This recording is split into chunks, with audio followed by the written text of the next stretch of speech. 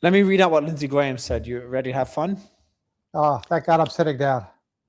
If a deal is struck to end the Iranian conflict because it is believed that the Strait of Hormuz cannot be protected from Iranian terrorism, and Iran still possesses the capability to destroy major Gulf oil infrastructure, then Iran will be perceived as being a dominant force, a dominant force requiring a diplomatic solution. This combination of Iran being perceived as having the ability to terrorize the Strait in perpetuity and the ability to inflict massive damage to Gulf oil infrastructure is a major shift of the balance of power in the region, as I've been saying for a long time, and over time will be a nightmare for Israel. Absolutely. He's saying the truth. He's saying the truth. Yeah, now, let's see what follows. But then again, the U.S. and Israeli ability to pretty much level Iranian society is a nightmare for Iran. So, the one thing that Iran says that I take to heart is that when it comes to security in the Gulf, if Iran doesn't have it, no one has it. So, Lindsey Graham is right in that Iran is a massive security threat for the Gulf. But guess what? That's the fact. He can't bluster or whatever his way past that. That's not going to change unless he wants to put, boots on the ground, which we've shown historically is not a good working solution. So, all right, Trump just made a post. Okay, here we go. Is it in capitals? Here we go. Okay. No capital letters, none. Okay. I am in the Oval Office at the White House, where we just had a very good call with MBS of Saudi, MBZ of the UAE, the Emir of Qatar, Prime Minister of all the Gulf leaders. He just lists all of them, of Pakistan, Turkey, etc. Egypt as well, Jordan, Bahrain, concerning Iran, and all the things related to a memorandum of understanding pertaining to peace. An agreement has been largely negotiated, subject to finalization between the US, Iran, and the various other countries as listed. Separately, I had a call with Netanyahu of Israel, which likewise went very well. Final aspects and details of the deal are currently being discussed and will be announced shortly.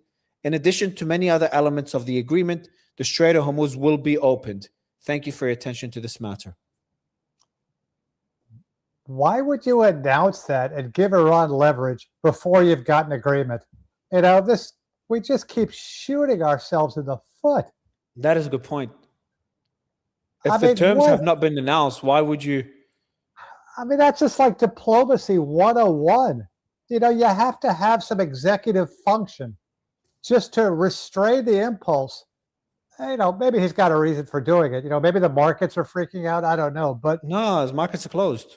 Yeah, you're right. So, wow, that's just, again, just lack of message discipline. So, that's craziness. But again, it looks like they're close. That makes it more likely it's going to happen because, now he's, tweeted it or social posted it. But, we'll see what Iran says. Ghalibaf before, and, Ismail Baghouti, who just recently, Ismail Baghouti is the foreign ministry spokesperson. They just made him yesterday also the spokesperson for the Iranian nuclear negotiating team. So, they always push back when President Trump tries to state things that. Yeah, exactly. We'll see what they say, if they say anything. Iran has much better message discipline than we do. Yeah, we've seen this happen many times. Yeah, many times where he says a deal is about to happen. Yeah, but then, at least in this one, he didn't say, but if Iran backs out, we will inflict 1,000 hells on them, or whatever he normally says, or, end their civilization. So he by omitting the bellicosity, that in itself is a good sign. All right, so let me finish Lindsey Graham or Netanyahu, same person, different name. Yeah. The combination. Okay, so he said also this makes me it makes one wonder why the war started to begin with if these perceptions are accurate. Amen, brother. Taking a shit on Trump. Yeah, Amen, brother. Yeah, because people like you were advocating for it, Lindsey. There was that guy. What's his name? Nassim Taleb, who wrote The Black Swan. Yeah. You know, he And said he talks about anti-fragile as well. yeah, great books. He talks about having skin in the game. Lindsey Graham has got no skin in the game. You know, so again, Senator Graham has the right to say whatever he wants. You know, I guess things in South Carolina are going blazingly well because he seems to spend all of his energy on international relations and foreign policy. So, you know, I guess President Trump listens to him. You know, so, you know, he's been, you know, an uber hawk on Iran since day one. Yeah, as you say, you know, the logical equivalent of Israel. You know, he's always thinking about what's best for Israel. He's a U.S. senator. So one would hope he's thinking what's best for the United States and for his state of South Carolina. But sometimes that seems to be a secondary concern for him. Let me read out the rest of it. Also, it makes me wonder why the war started to begin with, if these perceptions are accurate. I personally am a skeptic of the idea that Iran cannot be denied the ability to terrorize the Strait of Hormuz and the region cannot protect itself against Iranian military capability. It is important to get this right. Then he posts afterwards, it is perceived in the region that a deal with Iran allows the regime to survive and become more powerful over time. We will have poured gasoline on the conflicts in Lebanon and Iraq. A deal that is perceived to allow Iran to survive and possess the ability to control the Strait in the future will put Hezbollah in Lebanon and the Shia militias in Iraq on steroids. I actually posted about this a few hours ago. Yes, Lindsay, absolutely right what you're saying. You should have thought of this before starting the freaking stupid ass war. But now you're in a position where if you start, everything you said is accurate. Everything he said is accurate. But the alternative is significantly worse. A deal is terrible. A deal is terrible right now. I did a post. If they do a deal right now, the biggest winners are Iran and China. The biggest losers are the Israel and the US. And TBA to be announced is the Gulf, because it depends on what the toll booth would look like on what the outcome of the deal is. But they'll most likely be in the kind of more losers than winners category from a deal, not from the war. So, yeah. Yeah, but that's again, reality. And Hezbollah is going to become stronger. I forgot. The biggest winners are Iran and Hezbollah. And let's not forget one of the biggest losers, the Iranian people, because their economy is more decimated than the beginning. And every dollar of post-war income, you know, 80% of it will be going toward the defense industrial base, more missiles, which have proven their worth, more drones, which have proven their worth, you know. So, and as for the tolling, you know, people are always clutching their pearls about, oh, this is a horrible precedent to be set. Yeah, it is bad. But guess what? We've so shredded international law in the buildup to this war that, you know, for the U.S. to claim now that this is a violation of international law and UNCLOS, which even the U.S. hasn't ratified, you know, it's just hypocritical. You know, the economic consequences of tolling in terms of damage to the world is minimal. Yeah, it will hurt the GCC countries, you know, predominantly, and that's a bad thing. But especially if it's temporary, I just keep saying this, anything to get the numbers of ships through the strait up, that's the most important thing. Yeah, I haven't seen what else, if Lindsey Graham posted anything else.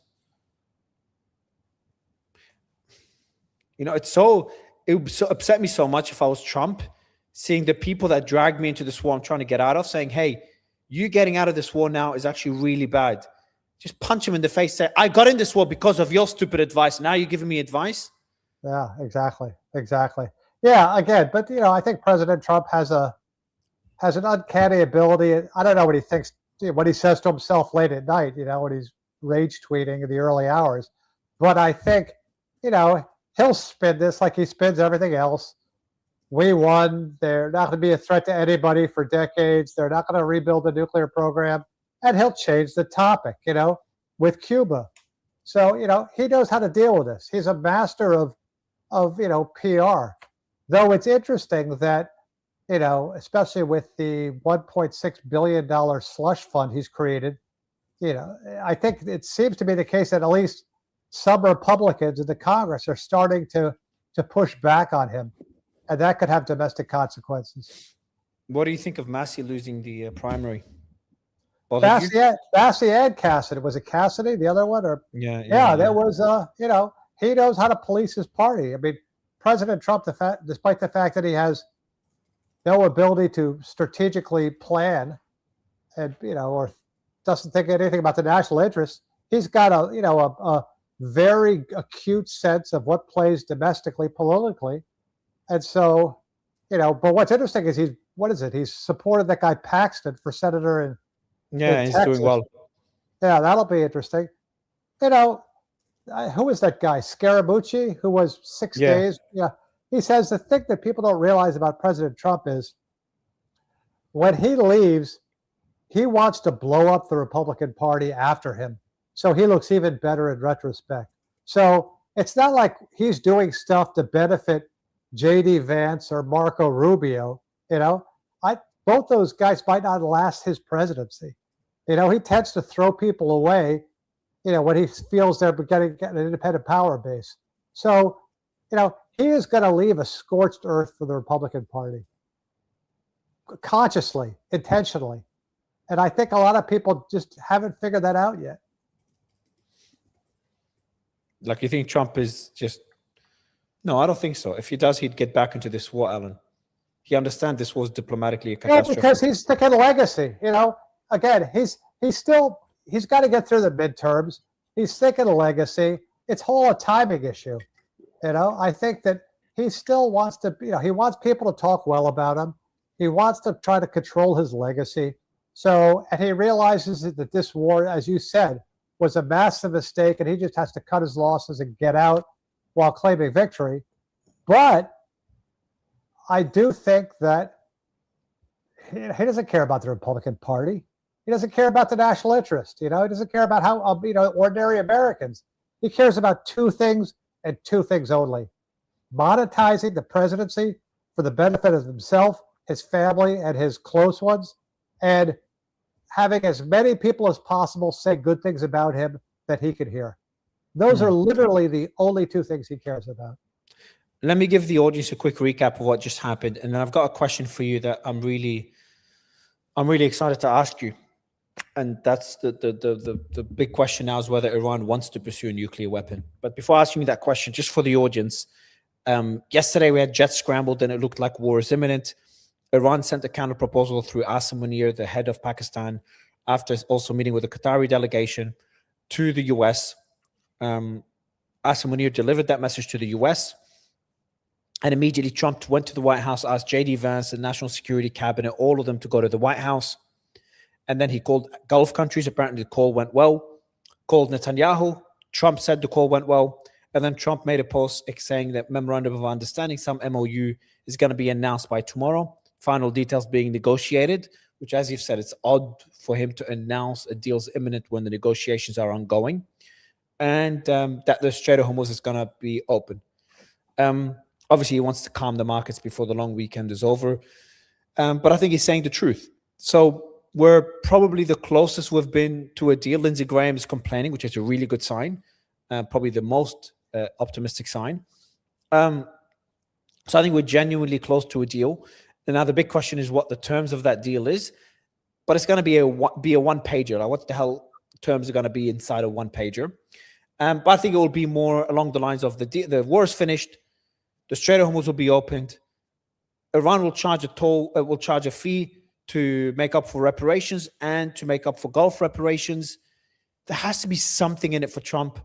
Iran promises, he'll probably say this. You ready? Iran promises not to build a nuclear weapon.